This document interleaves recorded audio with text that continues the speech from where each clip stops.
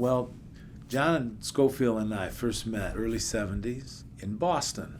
We were both attending Berklee College of Music, and it probably was around 1972. And the very first time we played together, I think, was the night we met. And John was playing with Dave Samuels in a quartet, with Chip Jackson on bass and Ted Siebes on drums, and they were playing at a club in Harvard Square.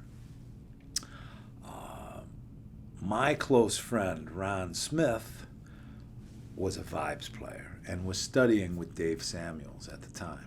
So we went to the club to hear them, and I brought my horn, and I ended up sitting in, and that was the first time we played together and met, and it started a relationship that is one of the most beautiful relationships, musically and personally, for me through the years. We both moved to New York around 1975 and 76, and began to play together often, mostly in very informal jam sessions. John was starting to record as a leader on Enger Records, and I was playing with brother Jack McDuff, great organist, and Dr. Lonnie Smith when I first came to New York those years, 74 and 75. 1976, I joined the Woody Herman Band. And during this time, John was starting to emerge as a leader and was also playing in other groups with Dave Liedman and different folks. So we crossed paths in Europe, and it was kind of the beginning of our careers, let's say, as recording artists and musicians on the scene, right? It was a very rich musical environment during the 70s, late 70s into the 80s, and for acoustic jazz and for more expressive musics, you know. You know, the early 80s was an amazing time for us, and our relationships with some of the master players in jazz. I joined the Mel Lewis Jazz Orchestra in 1980 and was playing every Monday night at the Village Vanguard, which I did from 1980 to 1991. On Mel's passing in 91, I kind of split off, and at that time I was playing in John's quartet, the early 90s. But in the earlier 80s, I joined the Paul Motion Band also in 1981, and throughout the 80s until Paul's passing in 2011, Bill Frisell and I played with Paul, you know, in quintets and the trio. Throughout the 80s, was a lot of stuff happening. John got the gig with Miles Davis and was doing all kinds of amazing things. I remember when he got called to go and play with Miles. Not sure exactly what year, maybe 1982 or somewhere in there. I threw a party at my loft in celebration of Mr. Scofield getting the call. The call of calls, actually, to play with Miles. And we had an amazing jam session and party. You know, John didn't know anything about it because he had split, and I think he went to Cleveland. Around 1989, John called me to participate on a recording session. Time on My Hands was his first date for Blue Note Records. So for the next 4 years or so, I was a member of John's quartet from the late 80s into the 90s, with Anthony Cox on bass and John Riley on drums at first, and then Mark Johnson on bass, Bill Stewart on drums, who was a former student of mine at William Patterson College during the late 80s. And then Dennis Irwin joined us also with Bill for an extended period, the quartet. Bill Stewart was playing in one of my ensembles, and we were playing a club called Visiones. And I called John, and I told him, I said, hey, man, you better come and check out this young man, Bill Stewart. I think you're going to dig him. And John came to hear my group, and that was the beginning. Bill's been playing with him ever since. The recording time on my hands was also my beginning of a relationship with Blue Note Records, also, which I signed with Blue Note shortly after that date in 1990-91, and recorded over 25 releases on Blue Note through the years. The first one was called Landmarks, and John co-produced it with me. It featured John Abercrombie on guitar, Kenny Werner piano, Mark Johnson bass, and Bill Stewart on drums. And John was there in assisting me in just documenting the group and being a part of the date, man. So we've had some beautiful collaborations together through the years. After that, the next collaboration was a group that we co-led with Dave Holland and Al Foster. And it was called Sco Lo Ho Fo. And we had a lot of fun. We did a couple of European tours and recorded a recording called O, which was one of my tunes for Blue Note, with that quartet. And that was amazing, you know. That was the start of John and I co-leading some groups together. And since then, we've collaborated a few times and toured together. Larry Grenadier on bass, and Bill and I were a part of John's Grammy-winning release, Past Present. It's always fun when John and I get together because there's a sound that has some roots. It has the feeling of jazz in the way we play.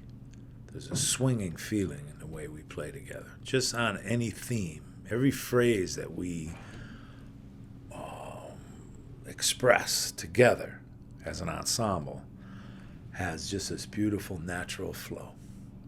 And those things happen when you really know each other, you know. And you're coming from places.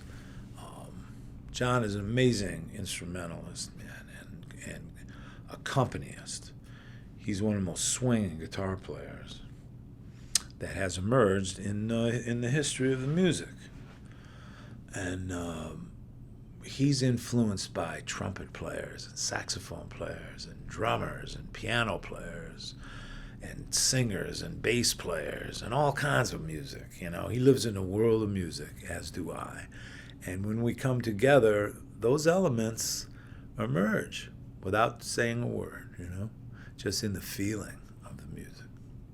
And that's the most important thing in jazz, is to try to express your feelings and playing off of everybody's feelings. That's what makes new music all the time. Doesn't matter what tune you play, it's how you play. And that's why it's such a pleasure to always collaborate with John. You know, you realize that it's all about listening and trying to create music within the music. And playing with John, that's always a major part of what's happening in the music for us together. You know, the way he accompanies and is so in tune with the bass line that's happening, with the rhythm in the drums, you know, in the melody that I'm expressing, and in my rhythm, and my phrasing. John plays with beautiful sense of phrasing. He doesn't just take a breath and play notes. He breathes with what he's playing all the time. And when you play with that sense of feeling, you're playing together with cats. You're not just playing at the same time, you know. So John's approach is all encompassing, and it's all about listening and hitting a groove. And that's one thing John does when he plays, man. He has fun. And there's a joyous feeling that comes from within the music into the room, you know. And for me, that's what it's all about. It's a collaboration of the musicians and the audience that's there at that moment, wherever you play, and however big the audience might be or small. It's a congregation of folks from where you're from and where you are. You know, when you tour internationally the way we do, everywhere we go has a different life force, a cultural force that's happening around you. That's why jazz is such an amazing music, because it brings all of these things together. When you embrace all things, then you become a musician that's way beyond the notes and the tune that you're playing. Your personal expression through that vehicle, through that harmonic sequence and rhythm, and then feeling the audience's appreciation of those things. And sometimes people, they can't hear that. But sometimes when they do, things really come together, man. And more these days, our audiences are multi-generational, multicultural, with an understanding that they're going to come and hear something that maybe they never heard before. Because before I met John, I knew Bill.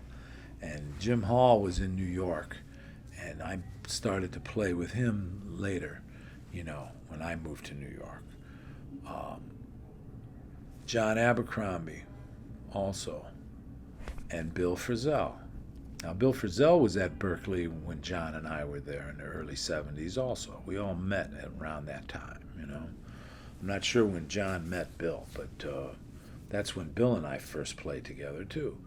And just these names I'm mentioning all played with their own personality and conviction.